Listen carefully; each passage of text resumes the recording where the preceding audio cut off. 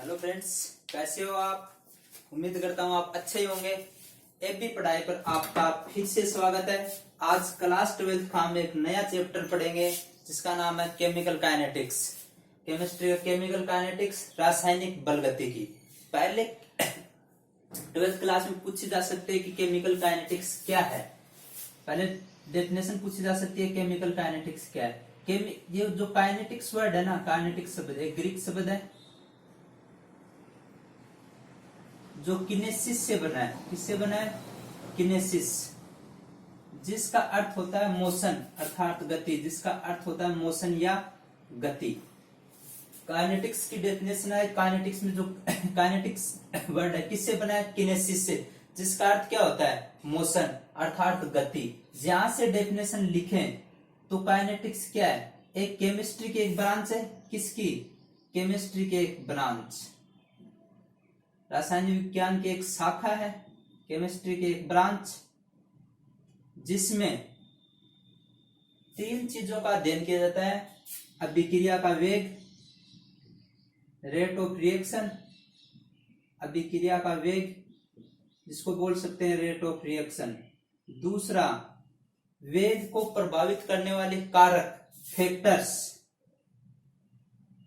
वेग को प्रभावित करने वाले कारक। किसको? वेग को प्रभावित करने वाले कारक।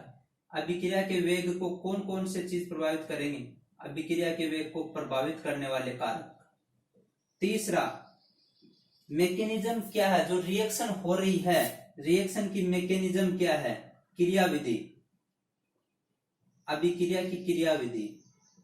अगर क्वेश्चन आता है कि काइनेटिक्स क्या है, बलगतिकी क्या है, तो लिखना है काइनेटिक्स वर्ड किससे बना है? ग्रीक शब्द है जिसका किनेसिस से बना है, जिसका अर्थ क्या होता है? मोशन, जिसका अर्थ क्या होता है? मोशन। केमिस्ट्री की एक ब्रांच जिसमें अभिक्रिया का वेग, आर, फैक्टर्स और मैकेनिज्म का अध्ययन किया जाता है। इन तीनों का अध्ययन किया जाता है, उसको क्या बोलते हैं? Chemical kinetics. उसको क्या बोलते हैं? Chemical kinetics. केमिकल काइनेटिक्स समझ में आ गया? और केमिकल काइनेटिक्स क्या है? केमिकल काइनेटिक्स में इन तीन चीजों का अध्ययन करेंगे, अभिक्रिया का वेग, फैक्टर्स और मैकेनिज्म। इन तीन चीज का अध्ययन करेंगे। पहला टॉपिक पढ़ेंगे अभिक्रिया का वेग, रेट ऑफ रिएक्शन। क्या पढ़ेंगे? Rate of reaction. Rate of reaction पढ़ने से पहले एक टर्म पढ़ेंगे हम, कंसंट्रेशन या मोलरिटी, मोलरता। रेट ऑफ रिएक्शन पढ़ने से पहले जो बार बार काम आए, कंसंट्रेशन, सांद्रता। जिसको इस सांद्रता को इस चैप्टर में किस टर्म में पढ़ेंगे? मोलरता, मोलरिटी, कंसंट्रेशन या मोलरिटी,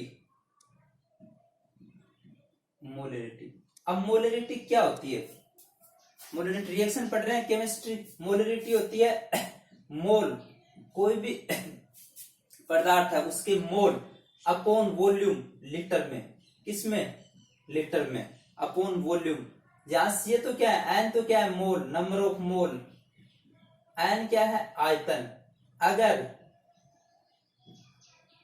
किसी भी मेटर जितना आयतन लिया जाए उसमें कितने मोल हैं वो क्या कहलाएंगे? मोलरता। यहां से यूनिट निकाले मोलरता की, यूनिट अर्थात इकाई। इकाई, एन की यूनिट क्या होती है? मोल। एन की यूनिट क्या होती है? मोल। आयतन लीटर में, आयतन किस में? लीटर में। यहां से लिख सकते हैं मोल लीटर इनवर्स, या इसी को बोलते हैं मोलर, जिसको कैपिटल एम से डिनोट करते हैं। जिसको किससे डिनोट करते हैं? कैपिटल एम से। कंसंट्रेशन क्या है? मोल अपॉन आयतन। किसी भी, यहां से अगर डेफिनेशन लिखनी हो, अगर आयतन का मान, अगर वॉल्यूम का मान मैं 1 लीटर कर दूं, 1 लीटर, तो बोल सकता हूं 1 लीटर में जितने मोल हैं वो क्या है? कंसंट्रेशन। आयतन का मान 1 लीटर कर दिया तो 1 होने के बाद जितने मोल होंगे वो क्या होगी? कंसंट्रेशन। क्या हुआ? कंसंट्रेशन। 1 लीटर में जितने मोल है उसको क्या बोलेंगे? मोलरता। यहां से मोलरता की यूनिट याद रखनी है, मोल लीटर इनवर्स या मोलर। इसको क्या बोल सकते हैं? मोल लीटर इनवर्स या मोलर। ओब्लिक नहीं है ये, अपॉन नहीं है, और मोलर, जिसको किससे डिनोट करते हैं? एम से। ये होगी कंसंट्रेशन, जो इस चैप्टर में बार बार काम आएगी। कंसंट्रेशन क्या है? अब पढ़ते हैं अभिक्रिया का वेग। अब पढ़ते हैं अभिक्रिया का वेग। रेट ऑफ रिएक्शन, समझना, रेट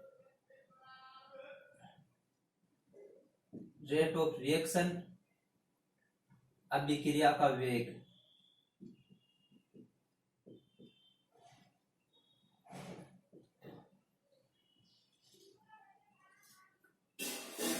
अभिक्रिया में, किसी भी रिएक्शन में दो चीज होती है, एक तो होता है रिएक्टेंट, एक होता है, रिएक्टेंट को जैसे मैंने R से डिनोट कर दिया, एक होता है प्रोडक्ट। ये अभिकारक, ये क्या है अभिकारक, ये क्या है उत्पाद, ये क्या है उत्पाद। दोनों के पास कंसंट्रेशन होती है। जैसे सपोज करो प्रारंभिक में, इनिशियल, जब से अभिक्रिया स्टार्ट हुई, जिस इसके कंसंट्रेशन का मान लेता हूं मैं मोल upon litre, 100 mole upon, concentration किस में, मोल अपॉन लीटर। अब लीटर का मान 1 लीटर मान लेते हैं, तो इस मान लो कि 1 लीटर मान लिया तो सभी के लिए, तो कितना होगा 100 मोल। शुरू में अभिक्रिया स्टार्ट नहीं हुई तब तक इसके कितने मोल थे, 0 मोल। अब अभिक्रिया स्टार्ट होगी, ये तो क्या होगा कम होगा, जैसे इसके 80 हो गए तो इसके कितने बनेंगे 20 मोल बनेंगे। तो ये तो क्या हो रहा है डिक्रीज, ये तो क्या हो रहा है डिक्रीज। इसकी कंसंट्रेशन क्या हो रही है इंक्रीज। यहां से अभिक्रिया के रेट ऑफ रिएक्शन की डेफिनेशन बता रहा हूं। जो रिएक्टेंट है उसके डिक्रीज होने की दर, रिएक्टेंट के डिक्रीज होने की रेट, और प्रोडक्ट के इंक्रीज होने की रेट, उसको क्या बोलेंगे रेट ऑफ रिएक्शन। जिसमें रिएक्टेंट तो क्या होगा डिक्रीज होगा, जबकि प्रोडक्ट क्या होगा इंक्रीज। प्रोडक्ट क्या होगा इंक्रीज। वो भी क्या होंगे प्रोडक्ट, उनकी कंसंट्रेशन, उनके इंक्रीज क्या होगी कंसंट्रेशन। अगर रेट का फॉर्मूला लें, rate change in concentration, concentration में चेंज, अपॉन रेट निकालनी है तो किससे डिवाइड होगा समय से, समय में चेंज। इसके आगे प्लस माइनस दोनों लगते हैं, इसके आगे प्लस माइनस दोनों लगते हैं। यहां से change in concentration, change in concentration सांद्रता में जितना चेंज हुआ, अपॉन समय में बदलाव, समय में कितना, कितने समय में, समय में चेंज, समय में चेंज। यहां से मैं लिख सकता हूं प्लस चिन्ह है, प्लस चिन्ह किसके लिए आएगा, कंसंट्रेशन किसकी बढ़ती है, प्लस चिन्ह किसके लिए आएगा प्रोडक्ट के लिए, प्लस चिन्ह किसके लिए आएगा प्रोडक्ट के लिए। जबकि नेगेटिव चिन्ह किसके लिए आएगा फॉर रिएक्टेंट के लिए, फॉर रिएक्टेंट के लिए, किसके लिए रिएक्टेंट के लिए। यहां से देखना, जैसे कोई भी रिएक्शन थी ए से बी, ए से बी था, चेंज निकालना हो, चेंज फाइनल में से क्या घटाते हैं इनिशियल, अंतिम में से क्या घटाते हैं फर्स्ट, अंतिम में से शुरुआत वाली घटाएंगे तब चेंज आएगा। जैसे इसके प्रारंभिक में मोल थे 100, इसके 0, इसके बाद में 80 हो गए, इसके बाद में 20 हो गए। अगर यहां रेट निकालू मैं किसके लिए, प्रोडक्ट के लिए निकाल देता हूं पहले मैं, रेट ऑफ प्रोडक्ट उत्पाद के लिए। उत्पाद के लिए कौन सा चिन्ह लगाना है प्लस, क्या चिन्ह लगाना है प्लस। यहां चेंज क्या निकाल लेंगे सी फाइनल, बाद वाली कितनी है अंतिम, यहां सी फाइनल माइनस सी इनिशियल अपॉन डेल्टा टी। सी फाइनल कितनी है 20, इनिशियल कितनी है 20। समय सपोज करो कितना भी लगाओ, डेल्टा टी मान लो, डेल्टा टी मान लो 1 मान लो, 1 मान लेते हैं तो यहां क्या आ गया 20, 20 के आगे कौन सा चिन्ह आएगा, कौन सा चिन्ह आएगा पॉजिटिव। अगर मैं रेट निकालता हूं रिएक्टेंट के लिए तो कौन सा चिन्ह यूज करूंगा नेगेटिव। नेगेटिव में सी फाइनल कितना है 80 माइनस 100 अपॉन 1 मान लिया, ये क्या आएगा नेगेटिव, अरे आगे भी क्या है नेगेटिव। यहां से आप क्या बता सकते हो, देखना प्रोडक्ट के लिए भी रेट ऑफ रिएक्शन क्या है पॉजिटिव, और रिएक्टेंट के लिए भी रेट ऑफ रिएक्शन क्या है पॉजिटिव। इसका मतलब क्या हुआ, रेट ऑफ रिएक्शन, अभिक्रिया का वेग कभी भी नेगेटिव नहीं होता। क्या लिख सकता हूं, अभिक्रिया का वेग ऑलवेज कैसा होता है, कभी भी नेगेटिव नहीं होता, अर्थात हमेशा कैसा रहता है, हमेशा कैसा रहता है, पॉजिटिव। रेट ऑफ रिएक्शन तो हमेशा पॉजिटिव आएगी। बस ये जो साइन है एक किसके लिए है, रिएक्टेंट के लिए, एक किसके लिए है, प्रोडक्ट के लिए। किसके लिए है, प्रोडक्ट के लिए। अब समझना आगे, यहां से रेट ऑफ रिएक्शन की यूनिट पूछते हैं। अब रेट ऑफ रिएक्शन की डेफिनेशन आ जाए। डेफिनेशन कैसे, क्या लिखनी है, चेंज इन कंसंट्रेशन, सांद्रता में परिवर्तन समय के सापेक्ष क्या कहलाता है, रेट ऑफ रिएक्शन कहलाते हैं। और सांद्रता में किसकी सांद्रता में चेंज हो सकता है, क्या तो रिएक्टेंट की सांद्रता में चेंज होगा या प्रोडक्ट की सांद्रता में चेंज होगा, क्या तो रिएक्टेंट की सांद्रता में चेंज होगा या प्रोडक्ट की सांद्रता में चेंज होगा। यहां से change in concentration delta C upon delta T, delta C का यूनिट क्या लिखा था अभी, mole upon litre into delta T का सेकंड, यहां से क्या लिखता हूं, मोल लीटर इनवर्स और सेकंड इनवर्स, ये याद रखना है। रेट ऑफ रिएक्शन याद रह जाएगा। रेट ऑफ रिएक्शन की यूनिट क्या है, रेट ऑफ रिएक्शन की यूनिट क्या है, मोल लीटर इनवर्स सेकंड इनवर्स। ये तो क्या है कोई भी रिएक्शन हो उसी के लिए, अगर रिएक्शन गैसीय हो, गैसेज की रिएक्शन हो तो उसमें कंसंट्रेशन किसके टर्म्स में निकाली जाती है, प्रेशर के टर्म्स में।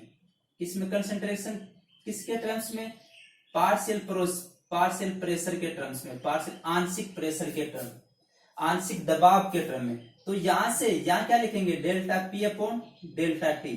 ये किसके लिए, किसके लिए, गैसीय रिएक्शन के लिए। डेल्टा पी की यूनिट होती है एटीएम, एटमॉस्फेयर प्रेशर, और टी की यूनिट होती है सेकंड इनवर्स। अगर गैसीय रिएक्शन के लिए यूनिट पूछी जाए तो एटीएम सेकंड इनवर्स, और बाकी रिएक्शन के लिए पूछी जाए तो मोल लीटर इनवर्स सेकंड इनवर्स। ये तो है रेट ऑफ रिएक्शन, अभिक्रिया का वेग। अभिक्रिया का वेग चेंज इन कंसंट्रेशन, सांद्रता में कितना परिवर्तन होगा, समय के सापेक्ष, समय के सापेक्ष सांद्रता में अभिकारक में भी होगा और प्रोडक्ट में भी होगा। अभिकारक क्या होगा, डिक्रीज होगा, जबकि प्रोडक्ट क्या होगा, इंक्रीज होगा। प्रोडक्ट क्या होगा, इंक्रीज होगा। आप ये भी लिख सकते हो रिएक्टेंट की कंसंट्रेशन के इंक्रीज होने की दर, जबकि प्रोडक्ट के रिएक्टेंट के कंसंट्रेशन की डिक्रीज होने की दर और प्रोडक्ट के कंसंट्रेशन की इंक्रीज होने की दर क्या कहलाती है, rate of reaction. Rate of reaction यहां से अब है रेट ऑफ रिएक्शन के टाइप। अभिक्रिया की रेट के कितने प्रकार, rate, type of rate, types of rate, rate of reaction, ये कितने प्रकार की है। अभिक्रिया का वेग कितने प्रकार का है, ये दो प्रकार का है। पहला है एवरेज वेग, एवरेज रेट। कौन सी रेट, एवरेज रेट, जिसको बोलते हैं औसत वेग, जिसको बोलते हैं औसत वेग। दूसरी है इंस्टेंटेनियस रेट, इंस्टेंटेनियस रेट, जिसको बोलते हैं तात्क्षणिक, तात्क्षणिक वेग। अब इन दोनों को समझने के लिए छोटा सा एग्जांपल समझाता हूं कि वेग में डिफरेंस समझ में आ जाए। जैसे आप यहां से कोई एक कार लेके चलते हो, टाइम हो रहा है 10, सुबह के 10 बज रहे हैं। कितने बजे, 10 बजे कार लेके चले, आप 11 बजे यहां पहुंच जाते हैं। बीच में आपने 100 किलोमीटर की दूरी तय की, कितने 100 किमी की डिस्टेंस तय कर ली। तो यहां से आपसे पूछा जाए आपका चाल क्या रही, आपकी रेट क्या रही, आपकी चाल, वेलोसिटी क्या रही, वेग क्या रहा आपका, तो पूछा जाए तो क्या कैसे निकालते थे आप, कुल दूरी अपॉन कुल समय। यहां कुल दूरी कितनी लगी, आपसे पूछा जाए औसत चाल, औसत वेग, तो आप क्या करते थे, ऊपर तो लिखते थे कुल डिस्टेंस 100 किलोमीटर और टाइम लगा 1 आवर, टाइम लगा 1 आवर। आप बाइक चला रहे हो तो आपसे पूछ लिया जाए फिक्स, आप फिक्स टाइम में, जैसे आपसे पूछा जाए 10:30 पर आपकी स्पीड क्या थी, गाड़ी की चाल क्या थी 10:30 पर, तो 10:30 पर जो पूछा जाए फिक्स टाइम पर जो वेलोसिटी होगी, फिक्स टाइम पर जो वेलोसिटी होगी वो क्या होगी, इंस्टेंटेनियस क्या होगी। और एक निश्चित अंतराल में एक पूछा जाए 1 घंटे या 2 घंटे में कितनी होगी, तो वो कितनी होगी 1 घंटे 2 घंटे में वो क्या होगी, एवरेज वेग होगा, एवरेज रेट होगी, क्या होगी। सेम इसकी जगह सेम ये क्या है, किस पर अप्लाई करना है, रिएक्शन पर, लेकिन रिएक्शन पर क्या होगा, डिस्टेंस की जगह क्या आएंगी, कंसंट्रेशन, क्या आएंगी, कंसंट्रेशन। निश्चित समय अंतराल में, समझना, निश्चित समय अंतराल में, जैसे 10 से 10 1 निश्चित समय अंतराल हो गया। निश्चित समय अंतराल में आपसे पूछा जाए कि वेग कितना था, तो आप क्या निकालोगे, change in concentration upon change in समय। लेकिन आपसे पूछ लिया जाए कि एक फिक्स टाइम पर क्या रेट थी, फिक्स टाइम पर एक निश्चित समय पर क्या रेट थी, उसको क्या बोलेंगे, इंस्टेंटेनियस रेट, उसको क्या बोलेंगे, इंस्टेंटेनियस। यहां से दोनों में डिफरेंस लिखते हैं,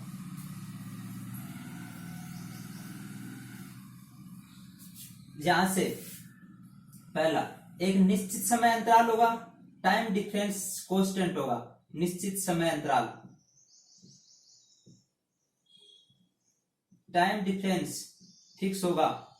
निश्चित समय अंतराल में जो रेट निकाली जाए उसको क्या बोलेंगे, निश्चित समय अंतराल में जो रेट निकाली जाए उसको क्या बोलेंगे, एवरेज रेट। बल्कि एक फिक्स टाइम पर, एक फिक्स टाइम पर जो रेट निकाली जाए, जो रेट होगी उसको क्या बोलेंगे, इंस्टेंटेनियस। यहां समझना, इसका फॉर्मूला अगर आर बराबर delta plus minus delta C upon delta T होगा। यहाँ टी क्या है, टी को डिफरेंस निकाल सकते हैं, जैसे 10 1 से 10 2 तो 1 मिनट का डिफरेंस हुआ, यहाँ टी है, टी तो कुछ ना कुछ डेल्टा टी का मान, आर का फॉर्मूला क्या होगा, ये होगा। यहां भी आर का फॉर्मूला आर बराबर delta C upon delta T, delta C upon delta T होगा। लेकिन ये डेल्टा टी क्या फिक्स, आपसे 10:35 पे पूछा जाए, जैसे 10:35 पे पूछा गया तो डेल्टा टी कितना था पता ही नहीं है, डेल्टा टी, इसका मतलब डेल्टा टी किसकी तरह बिलोंग करा, डेल्टा टी टेंड्स टू 0। जब लिमिट 0 हो जाती है तो फॉर्मूले को लिख सकते हैं डीसी अपॉन dt, क्या लिख सकते हैं, डीसी अपॉन dt। ये क्या होता है, डीसी अपॉन dt, किसी भी कोई भी ग्राफ दिया गया है उसका स्लोप को प्रदर्शित करता है, उसकी प्रवणता या ढाल को प्रदर्शित करता है, उसकी प्रवणता या ढाल को प्रदर्शित करता है। जैसे मैं एक ग्राफ बनाता हूं, जैसे ये रिएक्टेंट के लिए ग्राफ लेता हूं, कंसंट्रेशन इस साइड क्या है, सांद्रता, कंसंट्रेशन इस साइड क्या है, समय, कंसंट्रेशन और समय। रिएक्टेंट की शुरू में क्या होती है, कंसंट्रेशन ज्यादा होती है, रिएक्टेंट की कंसंट्रेशन यहां थी, धीरे धीरे उसकी कंसंट्रेशन क्या होती है, कम होने लगती है, क्या होने लगती है, कम होने लगती है। ये तो रिएक्टेंट के लिए। अगर मैं प्रोडक्ट के लिए बनाऊं, अगर मैं प्रोडक्ट के लिए, यहाँ क्या है कंसंट्रेशन, यहाँ क्या है समय। अगर प्रोडक्ट के लिए बनाऊं, प्रोडक्ट की शुरू में क्या होती है 0, जब अभिक्रिया स्टार्ट होती है, रिएक्शन स्टार्ट होती है, तब क्या होती है 0, और यहां से यहां तक क्या होती है, बढ़ती है। अगर पूछा जाए टी बराबर 1 सेकेंड, टी बराबर 1 सेकेंड और टी बराबर 2 सेकेंड, तो यहां तो कंसंट्रेशन क्या है ज्यादा, और यहां कंसंट्रेशन क्या है कम। यहां तो कंसंट्रेशन ये है, यहां कंसंट्रेशन ये है। अब यहां जो कंसंट्रेशन थी, यहां जो कंसंट्रेशन थी उसका अंतर अपॉन समय, इसमें कैसा चिन्ह आएगा, कैसा साइन आएगा, नेगेटिव, क्योंकि रिएक्टेंट के लिए है। सेम यहां जो कंसंट्रेशन है यहां होगी, यहां ये होगी, इसमें कैसा साइन आएगा, जहां से आर लिखना चाहूं तो minus delta C upon delta T लिख सकता हूं, और यहां से आर लिखना चाहूं तो plus delta C upon delta T लिख सकता हूं। क्योंकि यहाँ डेल्टा टी हम डिफाइन कर सकते हैं, निकाल सकते हैं। क्या कर सकते हैं? निकाल सकते हैं। अगर यहां से तात्क्षणिक रेट, इंस्टेंटेनियस रेट में अगर मैं ग्राफ बनाता हूं कंसंट्रेशन और समय के बीच, तो ये होगा।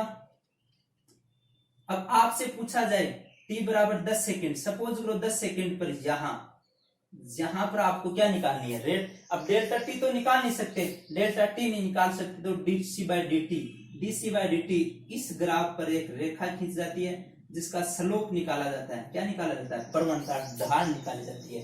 ढाल ये क्या? थीटा, तो स्लोप को बोलते हैं टेन थीटा। अब ये त्रिभुज बन गया। त्रिभुज में क्या निकालना है? लाल बटे कक्का से क्या निकालना है? Tan theta. वो इस टाइम पर क्या आएगी? इसकी रेट आएगी। क्या आएगी? रेट आएगी। और इसका स्लोप जो अक्ष के साथ जो कोण बनता है वो ज्यादा बन रहा है, इसलिए इसका स्लोप नेगेटिव आता है। कैसा आता है? नेगेटिव। ऑब्वियस सी बात है, आएगा भी नेगेटिव, क्योंकि आपको क्या लिखना है? Minus delta C upon delta T. अब ये तो नेगेटिव चिन्ह है, नेगेटिव साइन है। इसको पॉजिटिव करने के लिए ये भी क्या आना चाहिए? नेगेटिव। ये भी क्या आना चाहिए? नेगेटिव। नेगेटिव नेगेटिव क्या होगा? पॉजिटिव। नेगेटिव नेगेटिव क्या होगा? पॉजिटिव। सेम अगर प्रोडक्ट के लिए ग्राफ बनाएं तो प्रोडक्ट के लिए क्या होगा? ये होगा। अगर पूछा जाए कंसंट्रेशन और समय टी बराबर 10 सेकंड या कोई भी सेकंड पर, टी बराबर फिक्स सेकंड है 10 सेकंड मान लो, तो यहां पर इस पर क्या खींचनी है? आपको एक स्पर्श रेखा खींचनी है। इसको टच करते हुए जो भी रेखा जाएगी, इस रेखा का स्लोप, इसका जो स्लोप आएगा उसको क्या बोलेंगे? Tan theta. और टेन थीटा इस साइड अक्ष से 90 डिग्री से कम कोण बना रहा है, यहाँ पॉजिटिव आएगा। कैसा आएगा? पॉजिटिव। यहाँ rate of reaction plus DC by क्या आती है? डीटी। प्लस डीसी बाई क्या आती है? डीटी। यहां तो किससे निकालते हैं? स्लोप से। यहां तो किससे निकालते हैं? स्लोप से। जबकि यहाँ डायरेक्ट किससे निकाल लेते हैं? फॉर्मूले से। अब यहां जब समझ में आ गया, अगर निश्चित समय अंतराल में निकाले जाए, निश्चित किस में निकाली जाए? समय अंतराल में, और एक फिक्स टाइम पर निकाली जाए, तो क्या होगी? रेट ऑफ रिएक्शन इंस्टेंटेनियस होगी। और जबकि निश्चित समय अंतराल में निकाली जाए तो रेट ऑफ रिएक्शन क्या होगी? एवरेज रेट ऑफ रिएक्शन होगी। अब समझ में आ गया होगा। अब एक चीज और है जो आपको याद रखनी है रेट ऑफ रिएक्शन में। रेट ऑफ रिएक्शन में एक चीज और है जो आपको याद रखनी है। जैसे कोई भी रिएक्शन लिए, मैंने एक रिएक्शन ले रहा हूं, जैसे इसमें रिएक्टेंट है 2a प्लस 3b, प्रोडक्ट है 4c प्लस 5d। ये केमिकल रिएक्शन है, इसमें रिएक्टेंट क्या है? a और b। प्रोडक्ट क्या है? इसको क्या बोलते हैं? Stoichiometric coefficient. स्टोइकियोमेट्रिक कोएफिशिएंट जो किसके रेशियो में होते हैं? मोल के रेशियो में होते हैं। किसके रेशियो में होते हैं? मोल के रेशियो में। अगर यहां से रेट ऑफ रिएक्शन निकाली जाए, यहां से मैं रेट ऑफ रिएक्शन निकालूं, तो इनके स्टोइकियोमेट्रिक कोएफिशिएंट काम में लिए जाते हैं। और एक के समझना, एक क्या है? रिएक्टेंट। रिएक्टेंट डिक्रीज होगा। रिएक्टेंट क्या होगा? डिक्रीज होगा। -1/2 स्टोइकियोमेट्रिक कोएफिशिएंट नीचे आते हैं, डीए बाई dt। एक के डिक्रीज होने की दर किसमें है? नेगेटिव है। ये डिक्रीज हो रहा है। और क्या? स्टोइकियोमेट्रिक कोएफिशिएंट काम में लिए जाते हैं। अगर इसको आगे लिखूं -1/3 dB बाई dt, और यहां से लिखूं +1/4 dC बाई dt, आगे लिखूं 1/5 dd बाई dt। यहां तो पॉजिटिव है, यहां पॉजिटिव है। रेट ऑफ रिएक्शन में याद रख लेना, रेट ऑफ रिएक्शन में स्टोइकियोमेट्रिक कोएफिशिएंट काम में लिए जाते हैं। रेट ऑफ रिएक्शन में अगर आके क्वेश्चन पूछ लिया जाए कि एक के डिक्रीज, केवल एक के डिक्रीज होने की रेट, एक के डिक्रीज होने की रेट, एक के डिक्रीज होने की रेट, तो -dA/dt ही आएगा। अगर क्वेश्चन आता है एक के डिक्रीज होने की रेट, तो नेगेटिव चिन्ह के साथ dA/dt आएगा। इसी प्रकार b भी क्या होगा? डिक्रीज, तो क्या आएगा? -dB/dt। b भी क्या आएगा? dB/dt। और c क्या आएगा? c के इंक्रीज होने की, c कैसा होगा? इंक्रीज होगा। c के इंक्रीज होने की रेट निकाली जाए तो +dC/dt आएगी। यहाँ स्टोइकियोमेट्रिक कोएफिशिएंट काम में नहीं लिए जाते। स्टोइकियोमेट्रिक कोएफिशिएंट ओनली किस में काम में ले जाते हैं, रेट ऑफ रिएक्शन में स्टोइकियोमेट्रिक कोएफिशिएंट काम में आते हैं, बल्कि किसमें केवल एक के रिएक्टेंट और प्रोडक्ट की